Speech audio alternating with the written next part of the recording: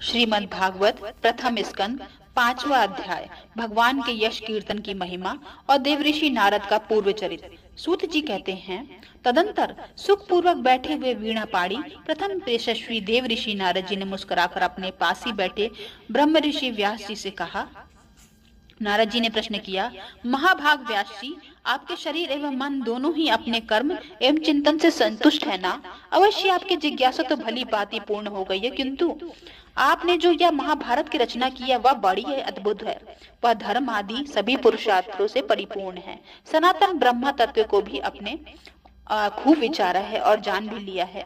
फिर भी प्रभु, आप कृतार्थ पुरुष के समान अपने विषय में शोक क्यों कर रहे हैं? व्यास जी ने कहा, आपने मेरे विषय में जो भी कुछ कहा वह सब ठीक है, वैसा होने पर मेरा हृदय संतुष्ट नहीं है।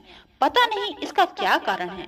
आपका ज्ञान अगाध है, आप साक्षात ब्रह्मा जी के मानस पुत्र हैं, इसलिए मैं आपसे ही इसका कारण पूछता हूँ। नारद जी, आप समस्त गोपनीय रहस्यों को जानते हैं, क्योंकि आपने उन पुराण पुरुष की उपासना की है जो कि प्रकृति पुरुष दोनों के स्वामी हैं और असंग रहते हुए अपने संकल्प मात्र गुणों से ही द्वारा संसार की सृष्टि, स्थिति और प्रलय तीनों करते हैं। आप सूर्य की भांति तीनों लोकों में भ्रमण करते हैं और योग बल से प्राणवायु के समान सबके भीतर रहकर अंतःकरणों के साक्षी भी हैं। योगानुष्ठान और नियमों के द्वारा पर ब्रह्म और शब्द ब्रह्म दोनों की पूर्ण प्राप्ति कर लेने पर भी मुझसे जो बड़ी कमी है उसे आप कृपा करके बतलाइए। नारद जी ने कहा, व्यास जी, आपने भगवान के निर्मल यश का गान प्रायः नहीं किया। मेरी ऐसी मान्यता है, जिसने भगवान संतुष्ट नहीं होते हैं वह शास्त्र या ज्ञान अधूरा है। आपने धर्म आदि पुरुषार्थों का जैसा निरूपण किया है, भगवान श्री कृष्ण की महिमा वैसा निरूपण नहीं किया है। जिस वाणी से चाहे वह रस भाव अलंकार आदि से युक्त क्यों ना हो, जगत को पवित्र करने वाले भगवान श्री कृष्ण का यश का कभी गान नहीं होता। वह तो कौओं के लिए उच्छिट फेंकने के स्थान के समान अपवित्र मानी जाती है। मानसरोवर के कमनी कमल वन में विहरने वाली हंसों की भांति ब्रह्मधाम में विहार करने वाली भगवान उच्चारण विंदाश्रित परमहंस भक्त कभी उसमें रमण नहीं करते। इसके विपरीत जिसने सुंदर रचना भी नहीं की है और जो दूषित शब्दों से युक्त भी है, परंतु जिसका प्रत्येक श्लोक भगवान के सुयुष सूचक नामों से युक्त है, वह वाणी लोगों के सारे पापों का नाश कर देती है, क्योंकि सत्पुरुष ऐसी ही वाणी का श्रवण ज्ञान और कीर्तन किया करते हैं। वह निर्मल ज्ञान भी जो मोक्ष की प्राप्ति का साक्षात साधन है, यदि भगवान की भक्ति से रहित हो तो फिर उसकी उतनी शोभा नहीं होती। फिर जो साधन और सिद्धि दोनों की में सदा दशाओं में सदा ही अमंगल रूप है, वह काम कर्म और जो भगवान को अर्पण नहीं किया जाता है, ऐसे अहोतुक निष्काम कर्म भी कैसे सुशोभित हो सकता है। महाभाग व्यास जी, आपकी दृष्टि अमोघ है, आपकी कीर्ति पवित्र है, आप सत्यपरायण एवं दृढ़व्रत हैं, इसलिए आप संपूर्ण जीवों को बंधन से मुक्त करने के लिए समाधि के द्वारा अचिंत्य शक्ति भगवान की लीलाओं का स्मरण कीजिए। जो मनुष्य भगवान की लीला के अतिरिक्त और कुछ कहने की इच्छा करता है, वह उस इच्छा से ही निर्मित अनेक नाम और रूपों के चक्कर में पड़ जाता है। उसकी बुद्धि भेदभाव से भर जाती है। जैसे हवा के झकोरों से जगमगाती हुई डोंगी भी कहीं भी ठहरने का ठौर नहीं मिलता है, वैसे उसकी चंचल बुद्धि भी कहीं भी स्थिर नहीं हो पाती है। सांसारिक लोग स्वभाव से ही विषयों में फंसे हुए हैं। धर्म के नाम पर आपने उन्हें निंदित पशु हिंसा युक्त सकाम कर्म करने की आज्ञा दे दी है।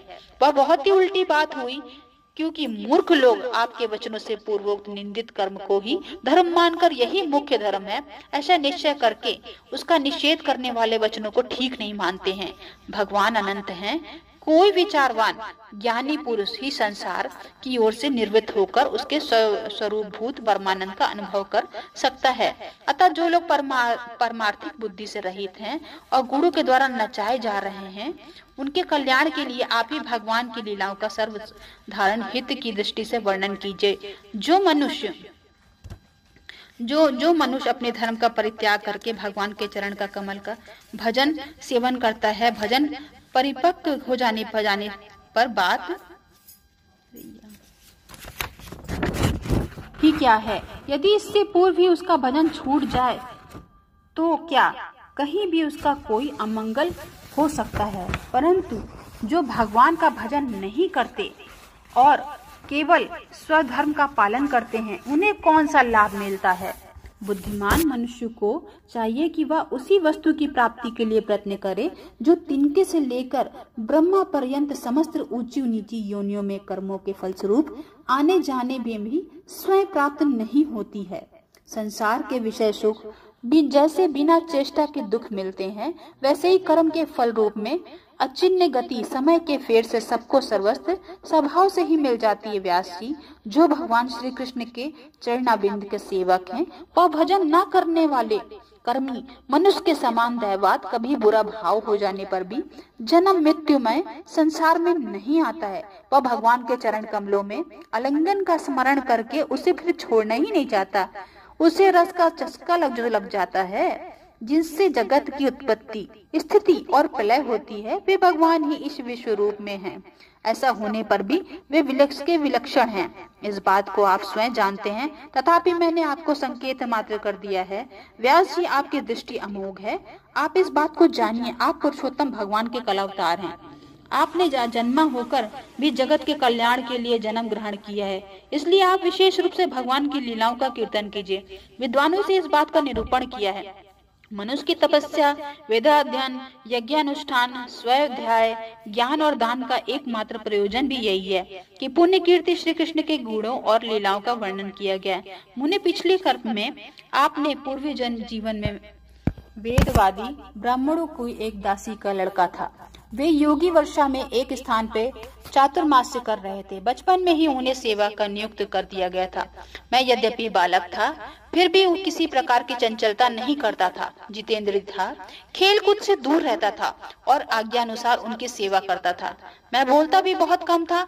मेरे इस शील स्वभाव को देखकर समदर्शी मुनियों ने मुझ सेवक पर अत्यंत अनुग्रह किया था। उनकी अनुमति प्राप्त करके बर्तनों में मैं लगा हुआ जूठन में एक बार खा लिया करता था। इससे मेरे सारे पाप धुल गए। इस प्रकार उनकी सेवा करते करते मेरा हृदय शुद्ध हो गया और वो लोग जैसा भजन पूजन करते थे उसी में मेरी रुचि हो गई। प्यारे व्यास जी, उस सत्संग में उन लीला गान परायण महात्माओं के अनुग्रह से प्रतिदिन श्री कृष्ण मनोहर कथाएं सुना करता था। श्रद्धा पूर्वक एक बार पद श्रवण करते करते प्रिय कीर्ति भगवान में मेरी रुचि हो गई। महामुनि, जब भगवान में मेरी रुचि हो गई तब मनोहर कीर्ति प्रभु में मेरी बुद्धि निश्चल हो गई। उस बुद्धि से मैं संपूर्ण सत असत रूप जगत को अपने पर ब्रह्म स्वरूप आत्मा के माया से कल्पित देखने लगा। इस प्रकार शरद और वर्षा इन दो ऋतुओं में तीनों समय उन महात्मा मुनियों से श्री हरि के निर्मल यश का संकीर्तन किया और मैं प्रेम से प्रत्येक बात सुनता रहा। अब चित्त के रजोगुण और तमोगुण का नाश करने वाली भक्ति का मेरे हृदय में प्रादुर्भाव हो गया। मैं उनका बड़ा ही अनुरागी था, विनयी था। उन लोगों की सेवा से ही मेरे पाप कष्ट नष्ट हो जाते थे। मेरे हृदय में श्रद्धा थी, इंद्रियों में संयम था एवं शरीर, वाणी और मन से उनका आज्ञाकारी था। उन दीन वत्सल महात्माओं ने जाते समय कृपा करके मुझे उस गुह्यतम ज्ञान का उपदेश किया जिसका उपदेश स्वयं भगवान ने भी अपने श्रीमुख से किया था। उस उपदेश से ही जगत के निर्माता भगवान श्री कृष्ण की माया के प्रभाव को मैं जान सका, जिसके जान लेने पर परम पद की प्राप्ति हो जाती है। सत्य संकल्प व्यास जी, पुरुषोत्तम भगवान श्री कृष्ण के प्रति समस्त कर्मों से समर्पित कर देना ही संसार के तीनों तापों की एकमात्र औषधि है। यह बात मैंने आपको बतला दी है। प्राणियों को जिस पदार्थ से सेवन से जो रोग हो जाता है, वही पदार्थ चिकित्सा विधि के अनुसार प्रयोग करने पर भी उसको क्या रोग को दूर नहीं करता। इसी प्रकार यद्यपि सभी कर्म मनुष्यों का जन्म मृत्यु रूप संसार के चक्र में डालने वाले हैं, तथापि जब वे भगवान को समर्पित कर दिए जाते हैं तब उनका कर्म पना ही नष्ट हो जाता है। इस लोक में जो शास्त्र विहित कर्म भगवान को प्रसन्नता के लिए किए जाते हैं, उन्हीं से पराभक्ति युक्त ज्ञान की प्राप्ति होती है। उस भगवत कर्म के मार्ग में भगवान के आज्ञा अनुसार अपने आचरण करते हुए लोग बार बार भगवान श्री कृष्ण के गुण नामों का कीर्तन और स्मरण करते हैं। प्रभु, आप भगवान श्री वासुदेव को नमस्कार है। हम आपका ध्यान करते हैं। प्रद्युम्न, अनिरुद्ध और संकर्षण को भी नमस्कार है। इस प्रकार जो पुरुष चतुर्व्यूह रूपी भगवान मूर्तियों के नाम द्वारा प्राकृत मूर्ति रहित अप्राकृत मंत्र मूर्ति भगवान यज्ञ पुरुष का पूजन करता है, उसी का ज्ञान पूर्ण एवं यथार्थ है। ब्राह्मण, जब मैंने भगवान की आज्ञा इस प्रकार पालन किया था, तब इस बात को जानकर भगवान श्री कृष्ण ने मुझे आत्मज्ञान, ऐश्वर्य एवं अपने भाव रूपा प्रेमा भक्ति का ध्यान किया। व्यास जी, आपका ज्ञान पूर्ण है, आप भगवान की ही कीर्ति का, उनकी प्रेममय लीलाओं का वर्णन कीजिए। उसी से बड़े बड़े ज्ञानियों की जिज्ञासा पूर्ण होती है। जो लोग दुखों के बार बार रौंदे जा रहे हैं, उनके दुख में शांति इसी से हो सकती है, और कोई उपाय नहीं है। इतना पंचमी अध्याय समाप्तम। छठा अध्याय, नारद जी के पूर्व चरित्र का शेष भाग। श्री सूत जी कहते हैं, शौनक जी, देवराशि नारद के जन्म और साधना की बात सुनकर सत्यवती नंदन भगवान श्री व्यास जी ने उनसे फिर यह प्रश्न किया। श्री व्यास जी ने पूछा, नारद जी, जब आपको ज्ञानोपदेश करने वाले महात्मा गण चले गए, तब आपने क्या किया? उस समय तो आपकी अवस्था बहुत छोटी थी। स्वयं अनुभव, आपकी शेष आयु किस प्रकार व्यतीत हुई और मृत्यु के समय आपने किस विधि से अपना शरीर का परित्याग किया? देव ऋषि, काल तो सभी वस्तुओं को नष्ट कर देता है, उसने आपके इस पूर्व कल्प की स्मृति का कैसे नाश किया गया? श्री नारद जी ने कहा, मुझे ज्ञानोपदेश करने वाले श्री महात्मा गण जब चले गए, तब मैंने इस प्रकार अपना जीवन व्यतीत किया। यद्यपि उस समय मेरी अवस्था बहुत छोटी थी, मैं अपनी माँ का इकलौता लड़का था। वह तो स्त्री थी, दूसरे मूढ़ और तीसरे दासी। मुझे भी उसके सिवा और कोई दूसरा सहारा नहीं था। उसने अपने को मेरे स्नेह पास में जकड़ रखा था। वह मेरे लिए योगक्षेम की चिंता तो बहुत करती थी, परंतु पराधीन होने के कारण कुछ कर नहीं पाती थी। जैसे कठपुतली नाचने वाली के इच्छा के अनुसार ही नाचती है, वैसे ही यह सारा संसार ईश्वर के अधीन है। मैं भी अपनी माँ के स्नेह बंधन में बंधकर उस ब्राह्मण बस्ती में ही रहा। मेरी अवस्था केवल 5 वर्ष की थी। मुझे दिशा, देश, काल के संबंध में कुछ भी ज्ञान नहीं था। एक दिन की बात है, मेरी माँ गौ दूहने के लिए रात के समय घर से बाहर निकली। रास्ते में उसके पैर में सांप छूट गया। उसने उस बेचारी को डस लिया। उस सांप के अभी क्या दोष, काल की ऐसे ही प्रेरणा थी। मैंने समझा भक्तों को मंगल चाहने वाली भगवान कभी या एक अनुग्रही ही था। इसके बाद मैं उत्तर दिशा की ओर चल पड़ा। उस ओर मार्ग में मुझे अनेकों धन धान्य से संपन्न देश, नगर, गांव, अहरों की चलती फिरती बस्तियां, खाने, खेड़े, नदी और पर्वतों के तटवर्ती पड़ाव, वाटिकाएं, वनोपवन और रंग बिरंगी धातुओं से युक्त विचित्र पर्वत दिखाई पड़े। कहीं कहीं जंगली वृक्ष थे, जिनकी बड़ी बड़ी शाखाएं हाथियों ने तोड़ डाली थी। शीतल जल से भरे हुए जलाशय भी थे, जिनमें देवताओं के काम में आने वाले कमल थे। उन पर पक्षी तरह तरह की बोली बोल रहे थे और भौरे मंडरा रहे थे। यह सब देखता हुआ मैं आगे बढ़ा। मैं अकेला ही था। इतना लंबा मार्ग तय करने पर मैंने एक घोर गहन जंगल देखा। उसमें नरकट, बांस, सेठा, कुश, कीचक आदि खड़े थे। उसकी लंबाई चौड़ाई भी बहुत थी और वह सांप, उल्लू, सयार आदि भयंकर जीवों का घर हो रहा था। देखने में तो बड़ा भयानक लगता था। चलते चलते मेरा शरीर और इंद्रियां शिथिल हो गए। मुझे बड़े जोरों की प्यास लगी थी। भूखा तो मैं था ही। वहां एक नदी मिली। उसके कुंड में मैंने स्नान, जलपान और आचमन किया। इससे मेरी थकावट मिट गई। उस विजन वन में एक पीपल के नीचे आसन लगाकर मैं बैठ गया। उन महात्माओं ने जैसे मैंने सुना था, हृदय में रहने वाले परमात्मा उसी स्वरूप का मनी मन ध्यान करने लगा। भक्ति भाव के वशीकृत चित्त द्वारा भगवान के चरण कमलों का ध्यान करते हुए भगवत प्राप्ति की उत्कट लालसा ने मेरे नेत्रों में आंसू छलछलाए और हृदय में धीरे धीरे भगवान प्रकट हो गए। व्यास जी, उस समय प्रेम भाव के अत्यंत उद्रेक से मेरा रोम पुलकित होकर उठा। हृदय अत्यंत शांत और शीतल हो गया। उस आनंद की बाढ़ में ऐसा डूब गया कि मुझे अपना और ध्येय वस्तु का तनिक भी भान नहीं रहा। भगवान का वह अनिवर्चनीय रूप समस्त शोकों का नाश करने वाला और मन के लिए अत्यंत लुभावना सा था। सहसा उसे न देख मैं बहुत से विकल हो गया और अनमना सा होकर आसन से उठ खड़ा हुआ। मैंने उस स्वरूप का दर्शन फिर करना चाहा, किंतु मन को हृदय में समाहित करके बार बार दर्शन की चेष्टा करने पर भी उसे नहीं देख सका। मैं अतृप्त के समान आतुर हो उठा। इस प्रकार निर्जन वन में मुझे प्रत्येक देखकर स्वयं भगवान ने, जो वाणी के विषय नहीं है, बड़ी गंभीर और मधुर वाणी से मेरे शोक को शांत करते हुए कहा, खेद है कि इस जन्म में तुम मेरा दर्शन नहीं कर सकोगे। जिनकी वासनाएं पूर्णतः शांत नहीं हो गई हैं, उन अधकचरे योगियों को मेरा दर्शन दुर्लभ है। निष्पाप बालक, तुम्हारे हृदय में मुझे प्राप्त करने की लालसा जागृत करने के लिए मैंने एक बार तुम्हें अपनी रूप की झलक दिखाई थी। मुझे प्राप्त करने की आकांक्षा से युक्त साधक धीरे धीरे हृदय की संपूर्ण वासनाओं में भली भांति त्याग कर देता है। अल्पकालीन संत सेवा से ही तुम्हारी चित्त वृत्ति मुझमें स्थिर हो गई है। अब तुम इस प्राकृत मिलन शरीर को छोड़कर मेरे पार्षद हो जाओगे।